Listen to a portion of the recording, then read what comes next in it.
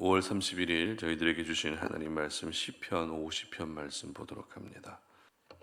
전능하시니 여호와 하나님께서 말씀하사 해 돋는 데서부터 지는 데까지 세상을 부르셨도다. 온전히 아름다운 시온에서 하나님이 빛을 비추셨도다. 우리 하나님이 오사 잠잠하지 아니하시니 그 앞에는 삼키는 불이 있고 그 사방에는 광풍이 불리로다. 하나님이 자기의 백성을 판결하시려고 위 하늘과 아래 땅에 선포하여 이르시되 나의 성도들을 내 앞에 모으라. 그들은 제사로 나와 언약한 이들이니라 하시도다. 하늘이 그의 공의를 선포하리니 하나님 그는 심판장이심이로다. 셀라. 내 백성아 들을지어다. 내가 말하리라. 이스라엘아 내가 내게 증언하리라. 나는 하나님 곧 내 하나님이로다. 나는 내 재물 때문에 너를 책망하지는 아니하리니 내 번제가 항상 내 앞에 있음이로다. 내가 내 집에서 수소나 내 우리에서 순념서를 가져가지 아니하리니 이는 삼림의 짐승들과 뭇 산의 가축이 다 내 것이며 산의 모든 새들도 내가 아는 것이며 들의 짐승도 내 것이미로다. 내가 가령 줄여도 내게 이르지 아니할 것은 세계와 거기에 충만한 것이 내 것이미로다. 내가 수소의 고기를 먹으며 염소의 피를 마시겠느냐. 감사로 하나님께 제사를 드리며 지존하신 이에게 내 서원을 갚으며 환난 날에 나를 부르라. 내가 너를 건지리니 네가 나를 영화롭게 하리로다.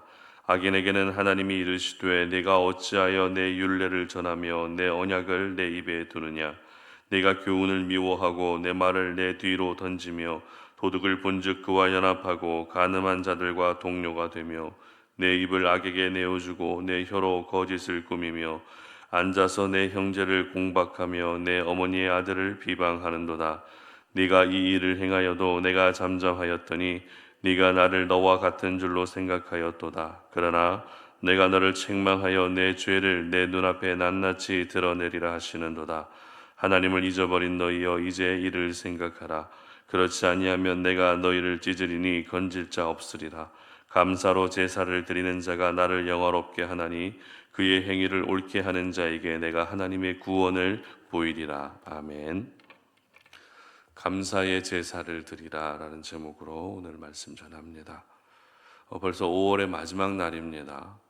5월은 1년 12달 중에서 가장 행사가 많고 모임이 많은 달입니다. 특별히 우리가 5월 달을 보내면서 여러분 주변의 많은 분들에게 감사의 마음을 표하셨을 텐데요.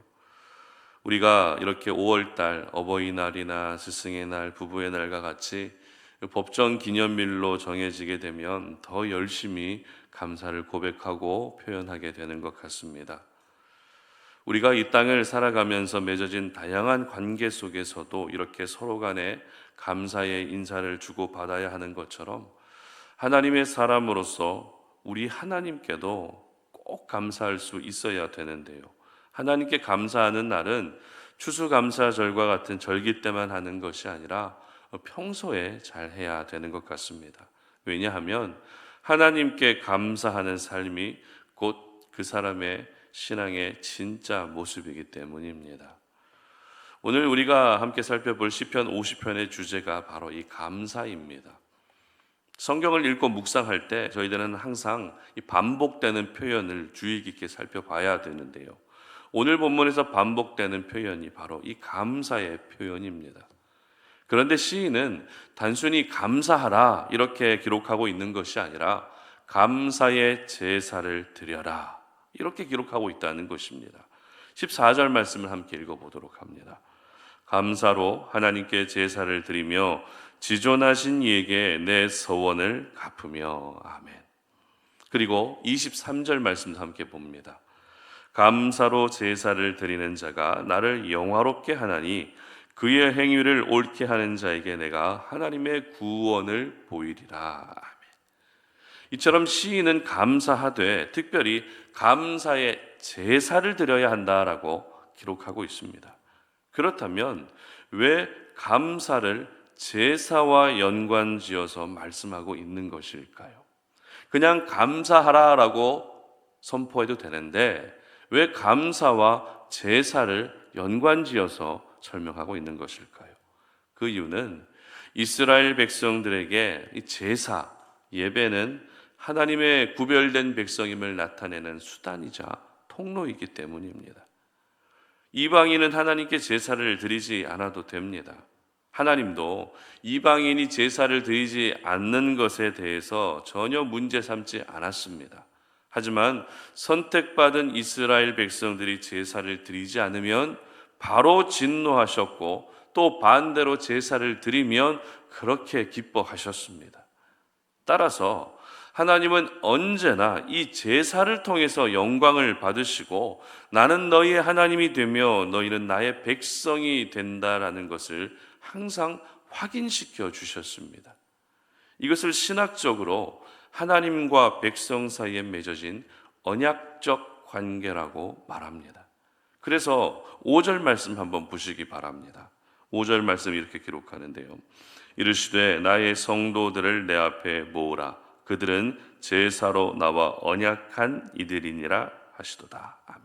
바로 제사, 이 예배를 통해서 하나님과 백성 사이의 관계가 맺어졌는데, 이것은 아무도 깨뜨릴 수 없는 언약적 관계로 맺어졌다는 것입니다.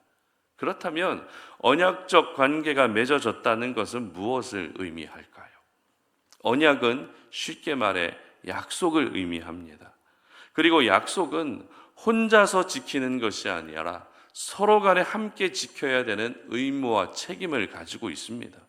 따라서 하나님과 백성들 사이에 언약적 관계가 맺어진 것은 하나님도 백성들을 향한 의무와 책임이 따르게 됐고, 백성들 역시 하나님을 향한 의무와 책임이 따르게 됐다는 말입니다. 즉, 언약적 관계는 서로 간에 의무와 책임을 다해야 되는 그런 관계가 만들어졌다는 것을 뜻합니다. 그런데 서로를 향한 의무와 책임을 하나님은 잘하고 계셨지만 백성들이 잘하지 못했다는 것이 문제입니다. 하나님은 가장 신실하게 약속을 지키신 반면에 백성들은 그 약속을 지키지 못했던 것입니다. 여기서 저희들은 우리가 하나님을 향해서 감당해야 될 의무와 책임이 무엇인지 생각해 볼 필요가 있는데요. 그것이 바로 오늘 시인이 말하고 있는 감사인 것입니다. 그것도 그냥 감사가 아니라 감사의 제사를 드림으로써 하나님과의 언약적 관계가 깨어지지 않게 하고, 그 관계를 지속하는 것이 바로 하나님을 향한 백성들의 의무이고 책임이었던 것입니다. 특별히 오늘 시인은 하나님께 감사의 제사를 드리되, 감사의 제사가 구체적으로 어떤 것인지를 또 말하고 있습니다. 시인이 말하는 감사의 제사는 말로만 고백하는 감사가 아닙니다. 형식만 갖춘 그런 감사가 아닙니다. 하나님이 원하시는 감사, 우리가 하나님을 향해서 모든 의무와 책임을 다해야 되는 감사는 바로 삶으로 보여주는 감사라는 것입니다. 조금 전에 우리가 14절과 23절에 기록된 이 감사의 제사를 드리라라고 하는 말씀을 봤는데요. 다시 이 말씀을 한번 보시기 바랍니다. 감사의 제사를 드리라고 하는 이 말씀에 바로 이어서 어떤 말씀이 기록되어 있습니까? 14절에서는 서원을 갚아라 이렇게 기록합니다. 그리고 23절에서는 행위를 옳게 하는 자에게 하나님의 구원을 보이리라 이렇게 기록하고 있습니다. 여러분, 성경에서 서원은 하나님께 하는 맹세로서 반드시 지켜야 됐습니다. 그러니까 하나님께 감사를 하되 그 감사는 서원을 지키는 것과 같이 반드시 해야 되는 것이라는 감사의 당위성을 말하고 있는 것입니다. 그리고 그 서원을 지키는 것과 같이 감사를 반드시 하되, 그 감사는 구체적으로 23절에서 기록하고 있는 것처럼 행위를 옳게 하는 것, 다시 말해 삶으로 보여지게 하는 것으로 감사를 고백하고 표현할 수 있어야 한다는 것입니다. 그러니까 정리하면 이렇습니다. 시인은 하나님과 백성들 사이에 제사를 통해 언약적 관계가 맺어졌는데, 그래서 이제는 하나님을 향해서 감사라고 하는 책임과 의무를 다해야 된다고 기록합니다. 그런데 그 감사는 말로만 감사하는 것이 아니라 진짜 감사하면 삶으로 보여지게 해야 된다라는 것이 오늘 시편 50절에 시인이 전하고자 했던 핵심 포인트였습니다. 그렇습니다. 하나님께 감사의 마음을 가지고 있는 사람은 그 감사가 진짜 감사인지 가짜 감사인지 삶으로 나타나게 되어 있습니다. 말로는 감사합니다라고 하지만 정작 나의 삶이 여전히 말씀과 동떨어져 있다면 그것은 하나님 보시기에 절대 인정받을 수 없는 가짜 감사에 불과하다는 것입니다. 특별히 시인은 백성들의 이 형식에 치우친 감사, 형식만 중요하게 생각하는 이 형식 우선주의의 삶을 8절에서 이렇게 지적하고 있습니다. 한번 읽어봅니다. 나는 내 재물 때문에 너를 책망하지는 아니하리니 내 번제가 항상 내 앞에 있음이로다. 아멘. 자, 이 말씀을 이해할 때 어떤 오해가 있을 수 있는가 하면 하나님이 내가 드리는 재물 때문에는 책망하지 않으시는구나. 많이 드리든 적게 드리든 좋은 것을 드리든 그저 그런 것을 드리든 그런 것은 하나님 앞에서 별로 중요하지 않구나. 그러니까 이제부터는 재물의 종류, 헌금의 액수 이런 것은 크게 상관하지 말고 드릴 것만 드리면 되겠구나. 이런 오해를 할 수 있다는 것입니다. 그러나 여러분, 이와 같은 생각이 바로 형식의 메인 제사입니다. 형식의 메인 재물이고 형식의 메인 헌금 생활인 것입니다. 물론 하나님 앞에 재물의 종류는 중요하지 않습니다. 헌금의 액수도 중요하지 않습니다. 그러나 하나님은 우리가 좋은 것을 드리든 그저 그런 것을 드리든 아니면 많은 것을 드리든 적은 것을 드리든 오직 보시는 것은 한 가지입니다. 그것이 무엇입니까? 감사의 마음으로 드리고 있느냐, 이것을 보신다라는 것입니다.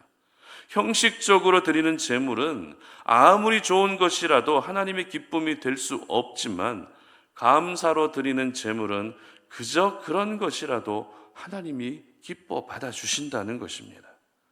그러므로 저희들은 하나님께 드릴 때 내가 감사의 마음을 가지고 드리고 있는가, 그리고 최선을 다해서 드리고 있는가, 이것을 점검하며 항상 두렵고 떨리는 마음으로 드릴 수 있어야 되는 것입니다. 여러분, 혹시라도 이번 달에 마이너스라서 하나님께 드릴 것이 없으십니까? 할 수 있는 데까지 최선을 다해 보시기를 바랍니다. 하나님은 그 마음을 기다리고 계십니다. 헌금 생활도, 예배 생활도, 신앙 생활도 자칫 잘못하면 형식주의에 빠지기 쉽습니다. 저도 헌금을 드리고 예배를 드릴 때 매주 하는 거니까 아무 생각 없이 그냥 기계처럼 드릴 때가 있었습니다. 그런데 오늘 설교를 준비하면서 하나님이 이 부분을 회개시키시더라고요. 여러분, 하나님께 드릴 때 하나님은 재물의 종류 가지고는 절대 책망하지 않으십니다. 그러나 재물을 드리는 여러분의 마음을 가지고는 책망을 하십니다. 감사의 마음으로 드리지 않고 최선을 다해서 드리지 않는 그 마음을 하나님은 책망하신다는 것입니다. 그러므로 오늘 이 말씀을 통해서 다시 감사의 제사를 드릴 수 있었으면 좋겠습니다. 이 감사의 제사는 해도 되고 안 해도 되고가 아닙니다. 이미 저희들은 예수님의 보혈로 하나님의 자녀가 됐고 하나님과 언약적 관계가 맺어졌습니다. 따라서 하나님이 우리를 위해 모든 의무와 책임을 다하신 것처럼 저희들 역시 하나님을 향해 의무와 책임을 다할 수 있어야 됩니다. 그것이 바로 감사의 제사입니다. 그것이 바로 말로만 감사하는 것이 아니라 삶으로 감사하는 것입니다. 바라기는 우리 성도님들 모두가 감사의 제사를 날마다 하나님께 드리셔서 여러분들의 삶 가운데 오늘 시인이 고백하고 하나님께서 약속하신 하나님의 놀라운 구원의 은혜가 나타날 수 있기를 주님의 이름으로 축복합니다. 함께 기도하겠습니다. 살아계신 하나님, 오늘도 우리가 하나님의 말씀 앞에 우리의 모습을 돌아봅니다. 너무나도 분주하고 바쁜 생활을 살아가고 또 내 뜻대로 되지 않는 하루하루의 삶을 반복하면서 어느 순간인가부터 감사를 잃어버리고 있지는 않았는지 우리의 모습을 돌아봅니다. 하나님은 우리에게 항상 감사를 받기를 원하십니다. 감사의 고백을 받기를 원하시는데 하나님, 우리는 그것을 너무 당연하게 생각하고 그 감사의 고백조차도 잘 하지 못하고 살아갈 때가 얼마나 많았는지 모릅니다. 하나님, 오늘 이 아침에 주의 말씀을 의지하여 감사하되 감사의 제사를 드릴 수 있는 저희들 되게 하여 주시옵소서. 하나님, 이 감사의 제사를 통해서 내 마음이 하나님을 향해 있다라는 것, 내 마음과 내 중심이 언제나 주님을 바라보고 있다는 것을 삶으로 온전히 보여드릴 수 있는 그런 날이 될 수 있도록 도와주시옵소서. 감사드리며 예수님의 이름으로 기도드립니다. 아멘.